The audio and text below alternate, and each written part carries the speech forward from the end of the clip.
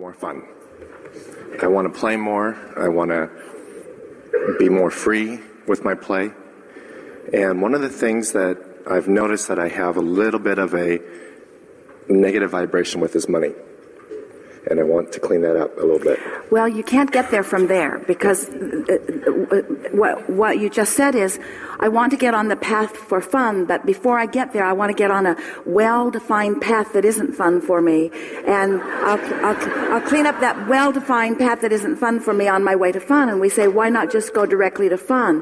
Why do you have to justify your fun through a path that you've already acknowledged you've sort of clogged up a little bit? Mm-hmm.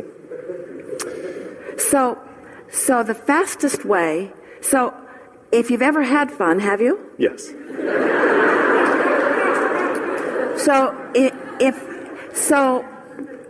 think about something that is fun. We're hitting this a little more head-on than maybe is the easy way to go about it, but you're up for it. You're all up for it. So what is fun? Just be real soft and easy and precise about fun moments. Don't get carried away on what led up to it or how many things were involved in it. Just what makes up a fun moment for you? This is a fun moment for me. This is a fun moment. Being here is a fun moment for me. Being with all the people here is fun. So it's fun. So we get that. Mm-hmm. We understand that. So now let's milk that a little bit. What's fun? What is fun about this? What's fun about this? I'm enjoying the connection that I feel to myself and to the people that are here. Well, certainly that's necessary for fun, but that feels more like pleasure or enjoyment. Fun feels a little more pointed, isn't it, sometimes? And fun doesn't need to be funny, but fun certainly does imply lightheartedness. Yes. It implies nothing serious going on in the sense that we're not trying to fix anything that's broken. Mm-hmm. And so play around with that feeling of fun just a little bit. Esther wrote pages and pages of the word fun a few months ago in her books, fun, fun, fun, and tried to define as best she could. And it took a little bit of doing to identify what's fun. When Esther thinks about fun, she thinks about laughing. She thinks about other people being there. Mm-hmm. She thinks about more than just her having fun for some reason. Fun feels like something that is delightfully shared. So it's laughing with someone who laughs easily. It's surprises along the way. It's fun. The most fun thing of all is universal co-creation. In other words, to have established something and then the universe saying, how about this? That's fun.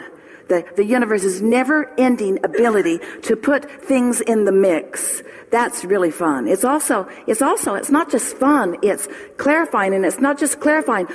It really pronounces your sense of worthiness. So we might be saying that clarity is fun and worthiness is fun, but that's kind of stretching it in the boundaries a little bit. But you see what we're getting at. You want to sort of massage it into fun. Fun. The other day we were visiting with a really wonderful young man who has been talking to us for some time about relationship issues. And we make a little progress and then we lose a little progress, and we make a little progress and lose a little progress. And each time he comes, he's all full of his desire and easy for us to find because of his vibrational proximity. And so he quite often has a conversation with Abraham about this subject. It's sort of like an ongoing saga.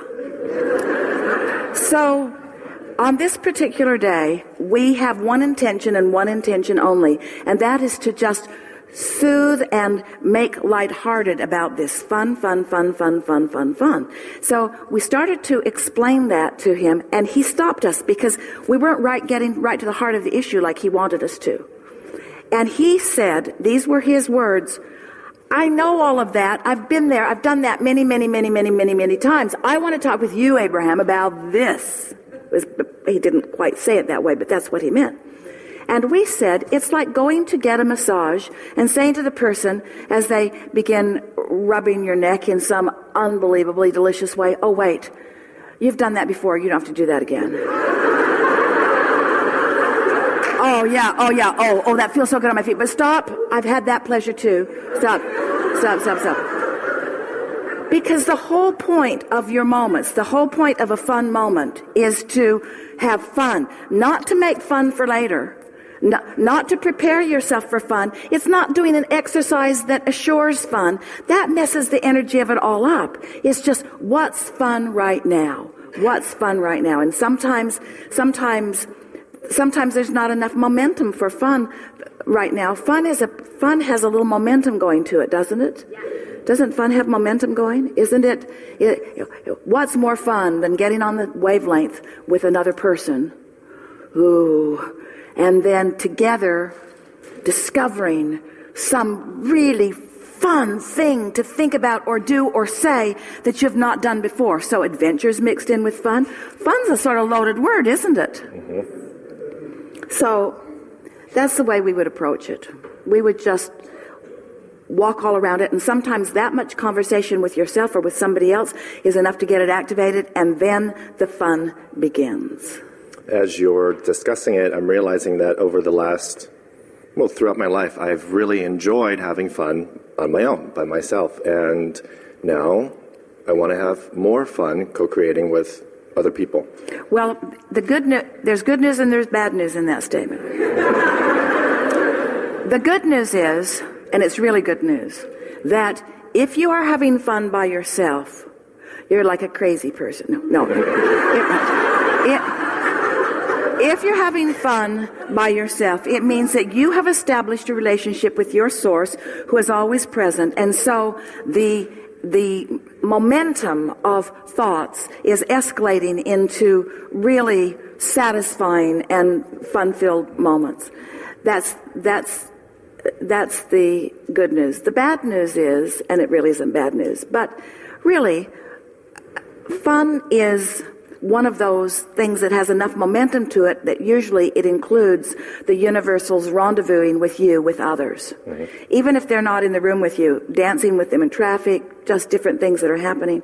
And so we are not prepared to say ever that anything cannot be experienced singularly. It's just that law of attraction doesn't make you singularly focused ever. And the most fun things are the rendezvousing with other consciousness, other conversations, other words, other ideas, juxtapositions, other situations, situation comedy. Isn't that what law of attraction is?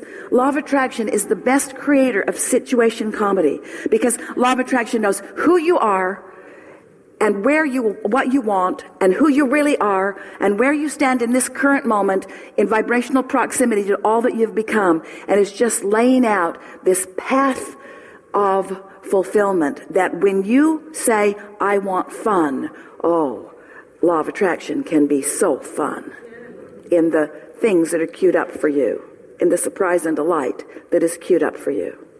Yeah.